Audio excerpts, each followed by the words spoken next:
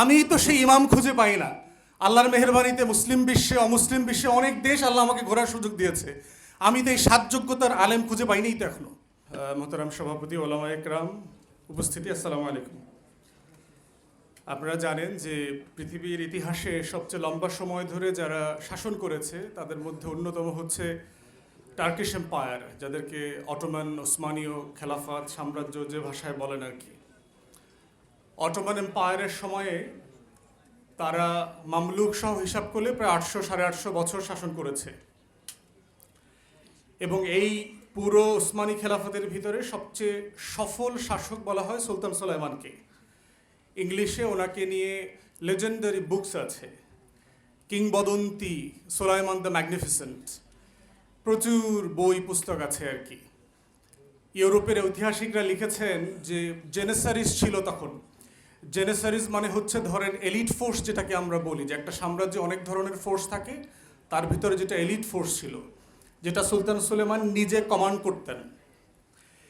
তো ইউরোপের ইতিহাসে লেখা হয়েছে বিভিন্ন জায়গাতে যে জেনিসারিজরা আসছে এটা শুনলেই 1/3 of the armies in Europe would have left the battlefield.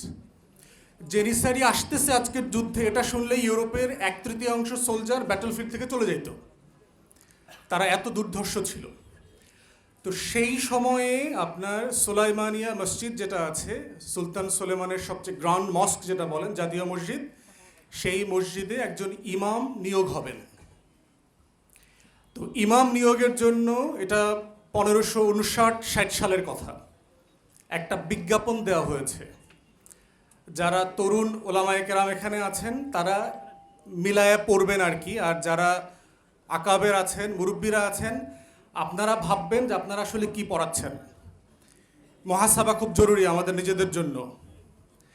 সেখানে 7টা রিকোয়ারমেন্টের কথা বলা ছিল যে গ্র্যান্ড মসজিদের, জাতীয় মসজিদের ইমাম নিয়োগ হবে, 7টা যোগ্যতা দরকার।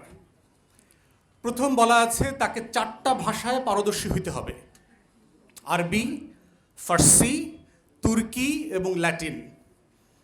ল্যাটিনের জায়গায় আজকে কোন ভাষা যোগ হবে? ইংরেজি। দ্বিতীয় যোগ্যতা বলা হয়েছে তিনি ইসলাম যেমন জানবেন, তিনি তুলনামূলক ধর্মতত্ত্ব জানবেন। মানে তিনি বাইবেল জানবেন, তোরা জানবেন, old testament, new testament, everything জানবেন তিনি। প্রত্যেক ধর্ম সম্পর্কে তার ধারণা থাকবে।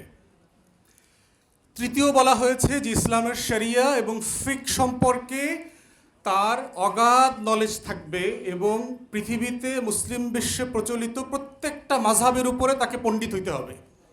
তৃতীয় যোগ্যতা। চতুর্থত বলা হয়েছে যে তিনি ম্যাটেরিয়াল সায়েন্স সম্পর্কে জানবেন, যে ফিজিক্স, কেমিস্ট্রি, বায়োলজি, ম্যাথ, এই যে সায়েন্সগুলো আছে, বিজ্ঞান, অঙ্ক, এর প্রত্যেকটা জিনিস সম্পর্কে উনি মাস্টার হইতে হবে।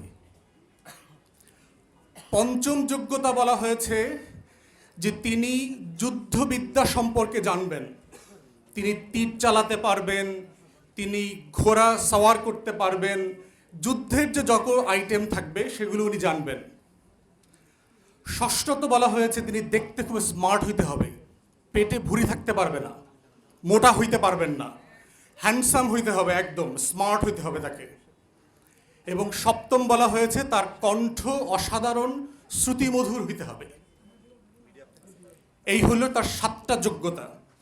এর প্রত্যেকটাই বর্তমানে প্রযোজ্য। শুধু যুদ্ধবিদ্যায় যেখানে ওখানে মার্শাল আর্ট, তীর চালানো, ঘোড়সওয়ারের কথা আছে, তার বদলে আপনি বর্তমানে পড়ে নেন যে আপনাকে এসএমজি, এলএমজি চালাইতে জানতে হবে, ট্যাঙ্ক চালাইতে জানতে হবে, যুদ্ধ বিমান চালাইতে জানতে হবে, এইটা রিপ্লেস করেন। আর হচ্ছে ভাষার যেটা, এখন তরুণ ওলামায়ে কেরাম যারা আছেন তারা আজকে বাসায় গিয়ে আয়নাতে দেখে চিন্তা করবেন, এই বিজ্ঞাপনটা যদি 2024 সালে দেওয়া হয় আপনারা একজনও আবেদন করতে পারবেন কিনা। আপনাদেরকে ছোট করবার জন্য বলছি না, আমাদের মুসলমানদেরকে দেখবেন সারা দুনিয়াতে হট হেডেড বলে, গরম মাথার লোক বলে, মিট ইটার বলে, গোস্ত খায় বেশি, এসব বলে আমাদেরকে। পশ্চিমারা ওরিয়েন্টালিস্টদের লেখা পড়েন, দেখবেন আমাদের সম্পর্কে এই ধরনের শব্দ তারা বলে। বলার কারণ আছে না? কি মনে করেন আপনাদের কাছে? আমি তো যে কথার ভিতরে যুক্তি খুঁজে পাই, আমি তো সেই ইমাম খুঁজে পাই না। আল্লাহর মেহেরবানিতে মুসলিম বিশ্বে অমুসলিম বিশ্বে অনেক দেশ আল্লাহ আমাকে ঘোরার সুযোগ দিয়েছে। আমি তো এই সাত যোগ্যতার আলেম খুঁজে পাইনি তো এখনো। আমার ওলামায়ে কেরামদের প্রতি আমার কোনো অশ্রদ্ধা নাই, আমি আপনাদেরকে ওয়ারাসাতুল আম্বিয়া মনে করি। কিন্তু বুঝতে হবে যে আল্লাহ তাআলা অযোগ্য ব্যক্তির হাতে নেতৃত্ব দেন না, পৃথিবী দেন নাই কখনো।